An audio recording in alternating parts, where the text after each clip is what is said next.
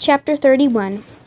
Now you're calling me at home and dragging me out of bed? Maybe it was better when you were afraid of me, Elwyn teased. His smile faded when she showed him the blackish-purple blisters on her hands. How did you do that?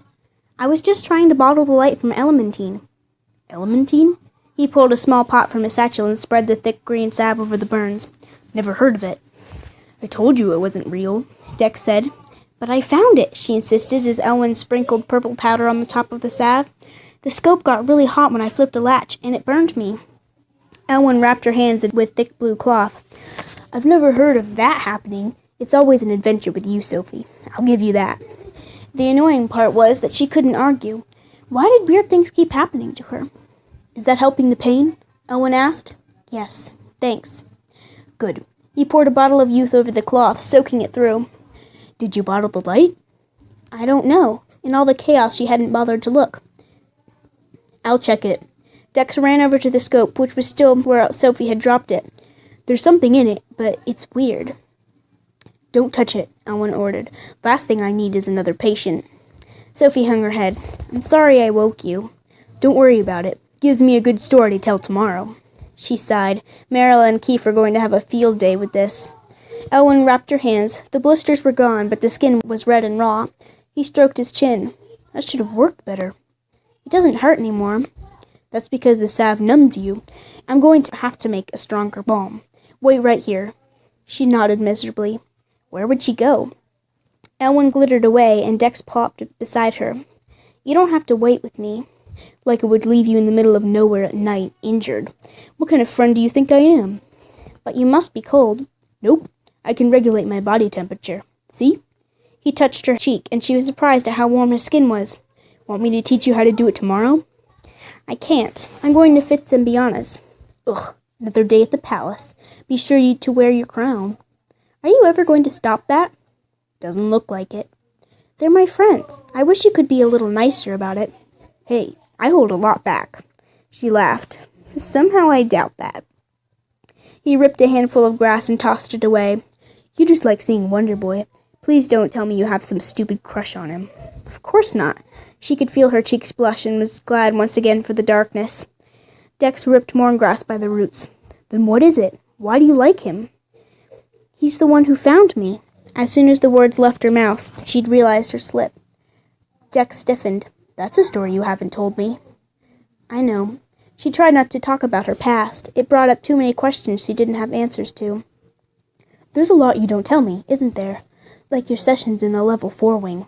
It's not remedial studies, is it? He waited for her to deny it. She didn't. What do you really do there? I can't tell you. Does Wonder Boy know? She sighed. Yes. He was quiet for a long time, mutilating more innocent blades of grass. Well, that stinks. I didn't tell him, if that's what you're thinking.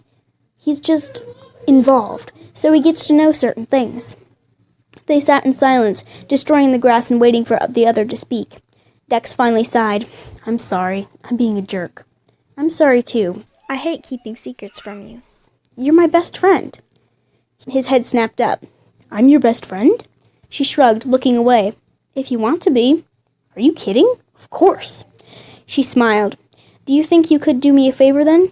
Sure. Anything. Could you try keeping the Fitz-bashing to a minimum? Ugh. Anything but that. Please, Dex? He glowered at the ground. Fine, but I'm only doing it for you. I still don't like him. She smiled at his stubbornness. Thank you. That means a lot. Light flashed in front of them, and Elwyn reappeared, clutching a pot of ointment. Okay, let's see those hands again. Sophie crinkled her nose as he spread the golden sludge across her burns. Ew, Elwyn, what's in that stuff? Trust me, you don't want to know. It needs to sit for a minute, so let's see the starlight you bottled. He knelt next to the stelloscope, and his brows furrowed. What is it? Dex asked. I don't know. He tapped at the bottle quickly with one fingertip. It's cold. What star did you say this came from? Elementine. Doesn't sound familiar. Well, don't do anything with this until you show Sir Austen. And be careful. He gently removed the bottle from the scope and handed it to Dex. Then he wrapped the bottle in one of his rags and tucked it into Sophie's bag. He checked Sophie's hands again, and this time the burns were totally gone. Thanks, Elwyn, she mumbled. That's what I'm here for. You guys okay now? Yep, we're going home. Good. Come by my office tomorrow, Sophie. I want to make sure I didn't miss anything. She sighed. He should set up a permanent spot for her. All right, my work here is done. Get home safe. Oh, and Sophie? Better wash your hands, like 20 times. Sophie didn't feel like getting into the whole long story, so when Grady and Edeline asked how her night went, she just shrugged and said, Good. Then she took the longest, hottest, soapiest shower of her life. She planned to tell them in the morning, but one of the Griffins escaped, so she figured she'd tell them about it when she got home. Maybe by then her mentors would have explained what went wrong.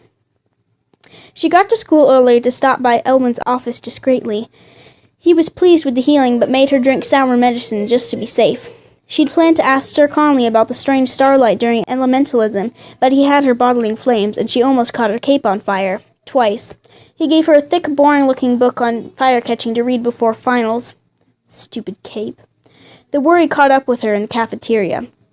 It seemed she was the only one who was having any problem with the starlight assignment, which did not bode well for her grades. It didn't help as soon as she set out her bottles. Sir Austin frowned. Where's your 7th star? She bit her lip. She had been hoping he wouldn't count. Something weird happened. The stellaroscope burned me when I bottled it. His eyes widened, but he shook his head. No, that's absurd. It couldn't be. Do you want to see the bottle? I think there's something wrong with it, but you tell me. She dug the bundle out of her satchel. The icy chill stung her fingers, even through the thick fabric. It was heavier than the other bottles, almost like there was something solid inside. The glow was blinding when she unwrapped it. Sir Austin was pale, but he looked down like ghostly as she jumped back and screamed, Don't move! She froze. Should I wrap it back up? I said, don't move. I need to think. He started pacing, mumbling incoherently. Okay, will you please tell me what this is? You're freaking me out. He laughed darkly. Have you ever heard of quintessence? The 5th element? I thought that was just a myth. I'm sure what you've heard is a myth, but the element is real. Quintessence is the light in its truest and most powerful form. Under the right conditions, that little bottle could blow up this whole building. Or worse. She gulped. What was worse than blowing up a building? What do we do? I have no idea. He wrung his hands. How did this happen? I don't know. I was just trying to fit the pattern. The pattern was metals. The stars on the list made metallic toned light. You should have bottled something bronze or brass, not this. He gestured wildly at the bottle. Her cheeks flamed. Now that he mentioned it, the pattern did seem pretty obvious. I'm sorry. For some reason I thought I needed to find elementine. He froze. Where did you learn that name? I don't know. Probably from one of those star maps I memorized. No, Sophie, I never taught you that name. No one teaches that name. His voice was hushed, barely audible. That explained why Dex and Elwyn never heard of it. But I had to learn it here, she insisted. How else would I know it? I have no idea. Elementine is one of the 5 unmapped stars. Only the counselors know their exact locations, and no one is allowed to bottle their light. He swallowed loudly. You've broken a very serious law, Sophie. This will merit a tribunal to decide how you should be punished.